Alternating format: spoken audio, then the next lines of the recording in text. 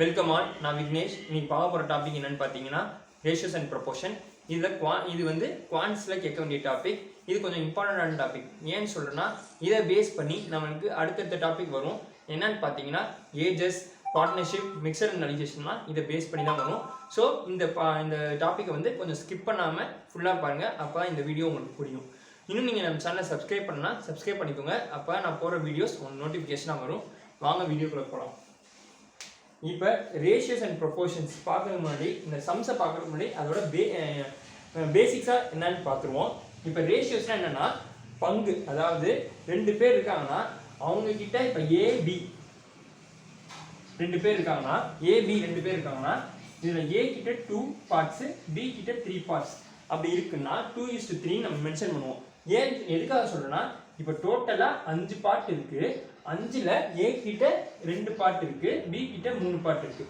அப்போ டோட்டலாக 5 பார்ட்ஸ் இருக்குது. இதுதான் நம்ம 2:3ன்னு சொல்லுவோம். அதாவது என்னன்னா இதை வந்து எப்படி பார்ட்னர்ஷிப்பு இந்த மாதிரி சம்ஸ்லாம் பார்ப்போம்னா பங்குன்னு பார்ப்போம். அதாவது ஷேர்ஸு, அதுதான் ஷேர்ஸ், இதெல்லாம் பங்குன்னு சொல்லுவாங்க. டூ பார்ட்ஸ் வந்து 2xன்னு சொல்லுவாங்க. 3 பார்ட்ஸை வந்து 3xன்னு சொல்லுவாங்க. சரிங்களா? இப்போ வந்து ஒரு சம் இப்படி இருக்குன்னு வச்சுக்கோங்க. A:B வந்து 2:3.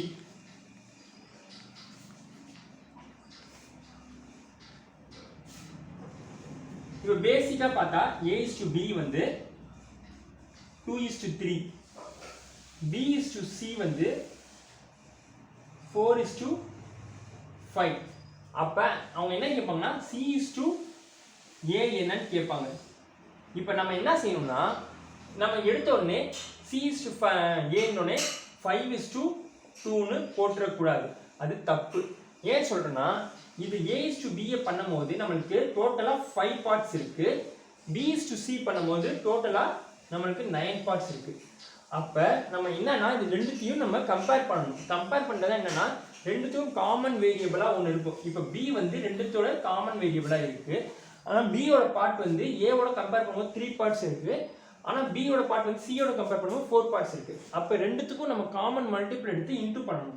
எப்படி சொல்லுன்னா இப்போ பிக்கு நம்ம இங்கே 3 பார்ட் இருக்கும் போது இதை இங்கே 4 இருக்குது, 3க்கும் 4க்கும் காமன் மல்டிபிள்னா 12. அப்போ என்னன்னா இதை 4ஆல் இன்டூ பண்ணணும், இதை 3ஆல் இன்டூ பண்ணணும். அப்போ 3 4ஆல் இன்டூ பண்ணும்போது நம்ம பியை மட்டும் இன்டூ பண்ணக்கூடாது, ஏவும் சேர்த்து இன்டூ பண்ணணும். ஏன்னா இது ப்ரொபோர்ஷன்ஸ்னால் ஈக்குவலாக ரெண்டுத்துக்கும் நம்ம பிரிக்கணும். அப்போ ரெண்டுத்துக்கும் நம்ம இன்டூ பண்ணும்போது இது 8, 4 × 2 8, 3 × 4 12.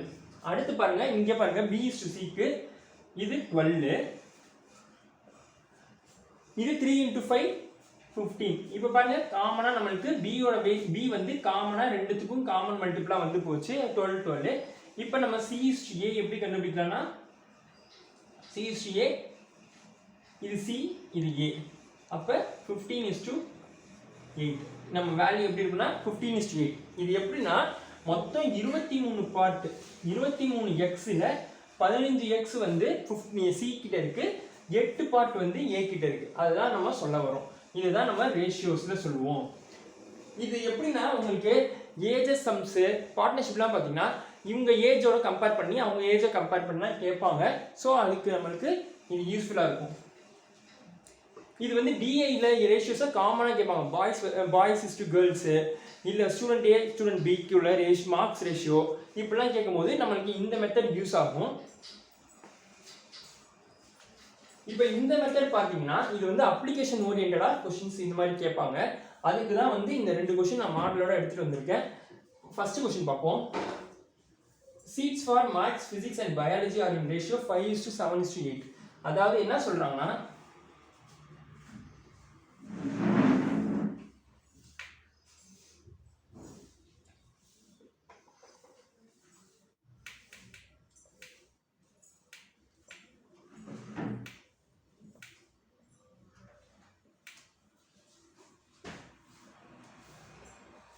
என்ன சொல்றாங்கன்னா seeds for maths, physics and biology.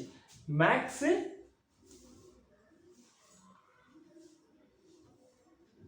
Physics and biology இதோட ரேஷியோ எப்படி இருக்கு? 5:7:8 இருக்கு. ரெஸ்பெக்டிவ்னா நம்ம அதோட எடுத்துக்கணும்ல.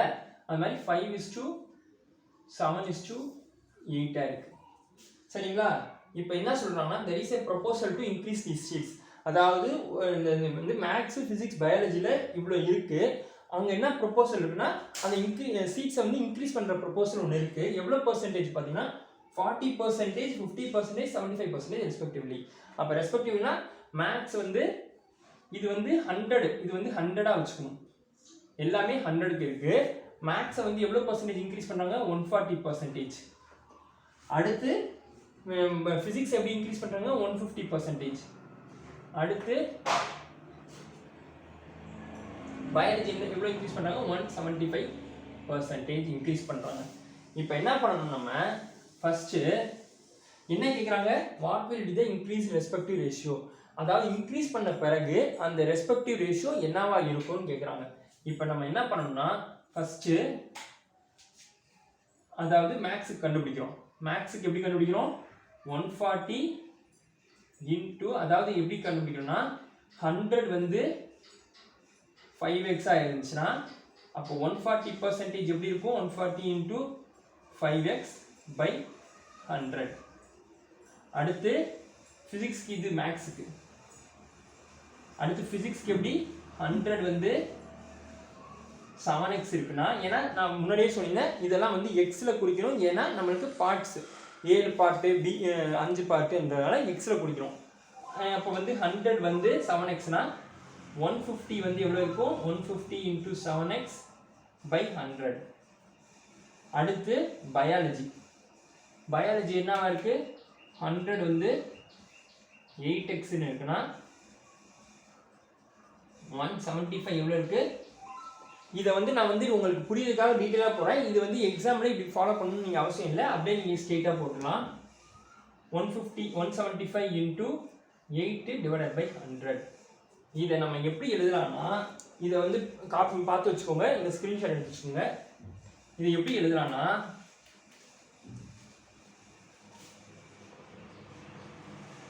140 into 5x by 100 is to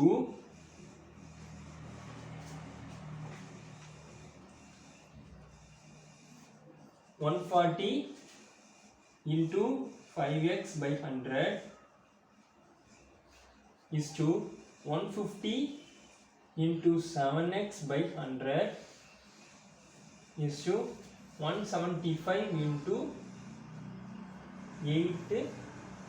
அதாவது நான் எக்ஸின் மென்ஷன் பண்ணியிருக்கேன். எக்ஸின் மென்ஷன் பண்ண தேவையான இருக்கலாம், இல்லாட்டி இருக்கலாம். ஏன்னா ரேஷியோவில் தான் கேட்குறாங்க.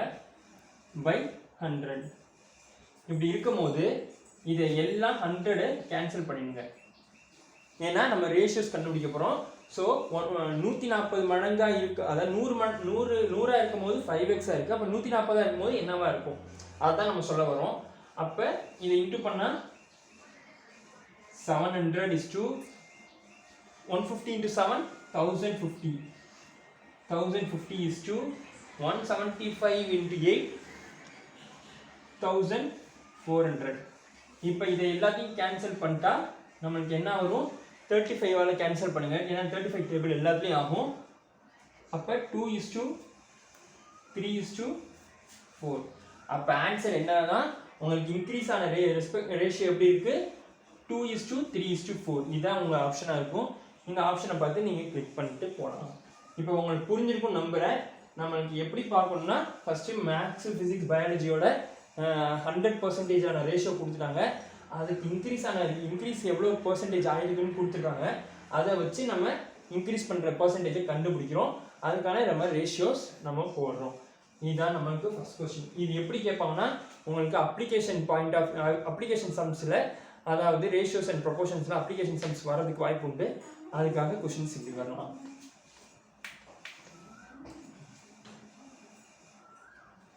அடுத்து பாருங்க.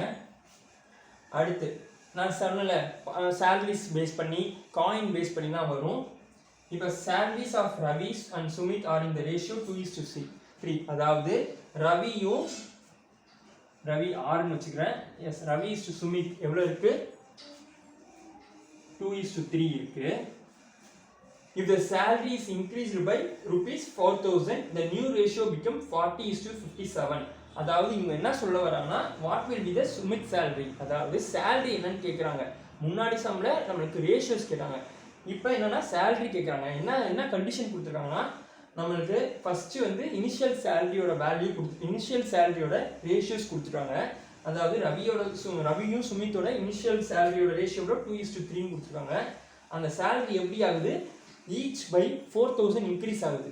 அதாவது ஒருத்தவருக்கும் 4000 ரூபாய் இன்க்ரிமெண்ட் கொடுக்குறாங்க. அப்போ இன்க்ரிமெண்ட் வந்து 4000 ஆகுது. அப்போ அதோட ரேஷியோ 40:57 ஆகுது.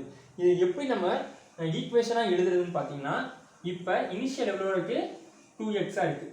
அதாவது நம்ம எக்ஸோட வேல்யூ என்னன்னு தெரியாது, இனிஷியலாக 2x இருக்குது. அதான் சேலரி. அதோட நம்மளுக்கு 4000 இன்க்ரீஸ் ஆகுது. எவ்வளோ இன்க்ரீஸ் ஆகுது, இது வந்து ரவிக்கு 4000 இன்க்ரீஸ் ஆகுது. அடுத்து என்னது அடுத்து சுமித்தோட வேல்யூ எப்படி இருக்கு, இனிஷியலாக 3x இருக்கு. அதோட 4000 இன்க்ரீஸ் ஆகுது. ரெண்டுத்தையும் நம்ம இன்க்ரீஸ் பண்ணும்போது அதோட ரேஷியோ எப்படி இருக்கு, 40:57. உங்களுக்குலாம் தெரிஞ்சிருக்கும், ரேஷியோஸை நம்ம மென்ஷன் பண்ணும்போது டிவைட்லேயும் நம்ம மென்ஷன் பண்ணலாம். ரேஷியோஸ்னால் என்னென்னா ஒன்றும் இல்லை, அதோட பார்ட்டு. அப்போ 40/57 எழுதுகிறோம். அதாவது 2x + 4000 இருக்கும் போது 40 இருக்குது. அதான் இந்த ஈக்குவேஷன். 2xோட 4000 இன்க்ரீஸ் ஆகுது, இன்க்ரிமெண்ட் ஆகும்போது அவங்களோட ரேஷியோ எப்படி இருக்குது, 40 இருக்குது. அதாவது ரவியோடது 40 இருக்குது. சுமித்தோடது எப்படி இருக்குது, 40 பார்ட், அது அப்படியே வச்சுக்கோங்க, 40 பார்ட்டாக இருக்குது. சுமித்தோடது 3xோட 4000 இன்க்ரீஸ் ஆகும்போது 57 பார்ட்டாக வருது. அப்போ நம்ம என்ன பண்ணணும், இது அப்படியே நம்ம கிராஸ் மல்டிப்ளை பண்ணால் நம்மளோட ஆன்சர் வந்துடும். இதை கிராஸ் மல்டிப்ளை பண்ணுங்க. 57 × 2x 114x, 57 × 4 228, 3 zeros சேர்த்துக்கணும். அடுத்து 40 × இதை கிராஸ் மல்டிப்ளை பண்ணுங்க, இது கிராஸு இதை கிராஸு. அப்போ 40 × 3 120x ப்ளஸ் 4 × 160,000. இப்போ என்ன கேட்குறாங்கன்னா what will be the Sumit salary. அப்போ சுமித் சேலரி என்னது, இனிஷியல் சேலரி கேட்குறாங்க. சுமித்தோட இன்க்ரீஸ் ஆகிறதுக்கு முன்னாடி சுமித் சேலரி என்னவா இருக்குன்னு கேட்குறாங்க. அப்போ 3x என்னன்னு கேட்குறாங்க. அப்போ 3x என்னன்னு கேட்குறாங்க. 3x என்னவா இருக்கும் அப்படின்னு கேட்கும் போது நம்ம என்ன பண்ணணும்னா, எக்ஸ் எல்லாம் ஒரு சைடு கொண்டு வந்துங்க, கான்ஸ்டன்ட்லாம் ஒரு சைடு கொண்டு வந்துருங்க. எக்ஸ் எல்லாம் கொண்டு வந்தாச்சுன்னா 6x ஈக்குவல் 68,000. ரெண்டுத்தையும் மைனஸ் பண்ணா 68,000 ஈக்குவல் டு 6x. இப்போ 68,000 வந்து 6xனா அப்போ இதை கேன்சல் பண்ணுங்க, 3x 34,000. அப்போ என்னன்னா நமக்கு 2ஆல் கேன்சல் பண்ணிக்க 3x 34,000. அப்போ வேல்யூ பார்த்தீங்கன்னா 3xக்கே கிடச்சிருச்சு நம்ம வேல்யூ. இதுக்கு நீங்கள் x கண்டுபிடிச்சி நீங்கள் 3ஆல் இன்ட்டு பண்ணாலும் ஒரு ஆன்சர் தான் வரும். நீங்கள் வந்து இப்போ சுமித்தோட சேலரி கேட்டிருந்தாங்கன்னா அது வந்து 2னா நீங்கள் 3ஆல் கேன்சல் பண்ணால் இல்லை 2ஆல் அப்படி கேன்சல் பண்ணிட்டு போகலாம். இப்போ வந்து நான் என்ன சொல்கிறேன்னா எக்ஸ் நம்மளுக்கு இங்கேயே ஆன்சர் கிடச்சிருச்சு. ஏன்னா நம்ம எக்ஸ் கண்டுபிடிச்சி 3ஆல் இன்ட்டு பண்ணுறதுக்கும் இதான் ஆன்சர் வரப்போகுது. அப்போ 3x 34,000 கிடச்சிருச்சு. அப்போ 3x தான் நம்மளுக்கு தேவை. அப்போ 3x 34,000னா சுமித்தோட வேல்யூ என்னது, சுமித் சேலரி என்னது, சுமித் சேலரி 34,000.